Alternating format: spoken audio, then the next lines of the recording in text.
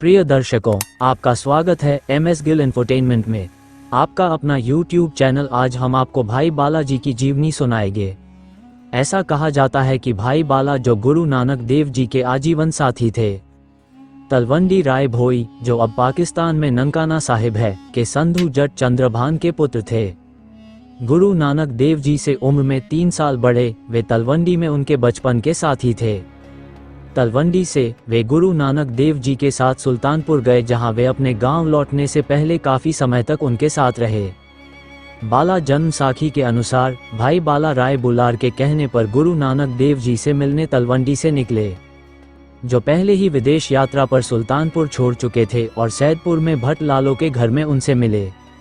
गुरु नानक देव जी के निधन के बाद गुरु अंगद देव जी ने बाला को उनके मूल तलवंडी से खडूर आने और प्रथम गुरु के जीवन की घटनाओं को बताने के लिए आमंत्रित किया। उद्धृत करने के लिए गुरु अंगद जी ने एक दिन भाई बुद्ध से कहा, उस शिष्य की तलाश करो जो गुरु नानक देव जी के साथ दूर दूर तक की यात्राओं में गया था, जिसने उनके उपदेश सुने और उस पर विचार किया, और जिसने कई अजीबोगरीब घटनाओं को देखा। उससे सभी परिस्थितियों को सुरक्षित करो और एक ऐसी पुस्तक लिखी है जो उन लोगों के दिलों को खुश कर सकती है जो इसे अपनाना चाहते हैं। बाला संधू प्रकट हुए। बाला द्वारा सुनाई गई कहानियों को गुरु अंगद की उपस्थिति में एक अन्य सिख पैरा मोखा ने गुरुमुखी अक्षरों में दर्ज किया।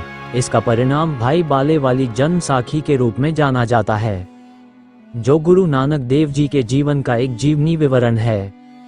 भाई बाला की मृत्यु 1544 में खडूर साहिब में हुई। गुरुद्वारा तपियाना साहिब के परिसर में एक स्मारक मंच उस स्थान को चिन्हित करता है जहां उनके पार्थिव शरीर का अंतिम संस्कार किया गया था।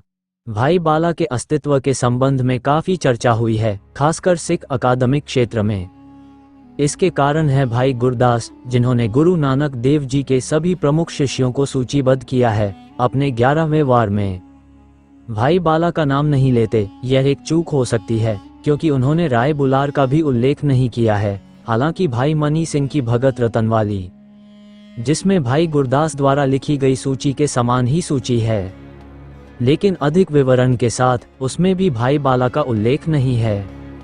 कई अन्य विसंगतियां हैं जिन्हें डॉक्टर कृपाल सिंह ने अपनी पंजाबी रचना जन्मसाखी परंपरा में स्पष्ट किया है।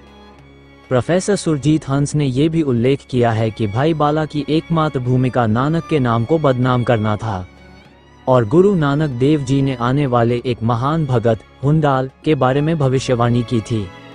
बाला जन्मसाखी के वास्तविक चरित्र को समझने का पहला संकेत ये तथ्य है कि गुरु नानक देव जी से सबसे अधिक निकटता से जुड़े व्यक्तियों को अनुचित प्रकाश में प्रस्तुत किया गया है।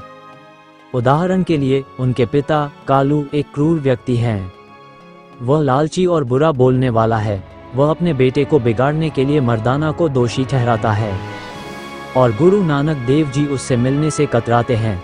गुरु नानक देव जी की पत्नी को उनसे शादी करने का पछतावा है। वो गुस्सैल और गुस्से से भरी हुई है। उनकी सास झगड़ालू और कठोर दिल की है। उनके ससुर गुरु नानक देव जी जैसे दामाद को पाने के लिए अपने भाग्य को कोसते हैं। गुरु का निरंतर साथी मर्दाना नकली सिक्कों और फटे कपड़ों से खुश होता है। वह हर समय भूखा रहता है। भाई बाला जन्मसाखी में भी कई भाषा संबंधी असंगतियां हैं। उदाहरण के लिए, सिख अभिवादन वाहेगुरु जी की फतेह का प्रयोग बाला जन्मसाखी में किया जाता है। हालांकि इस शब्द का प्रचलन केवल गुरु गोबिंद सिंह जी के शासनकाल में हुआ। अपना कीमती समय निकाल के ऐतिहासिक साखी सुनने के लिए आप सभी का धन्यवाद दोस्तों। वाहेगुरु जी दा खालसा, श्री वाहेगुरु जी दी फतेह।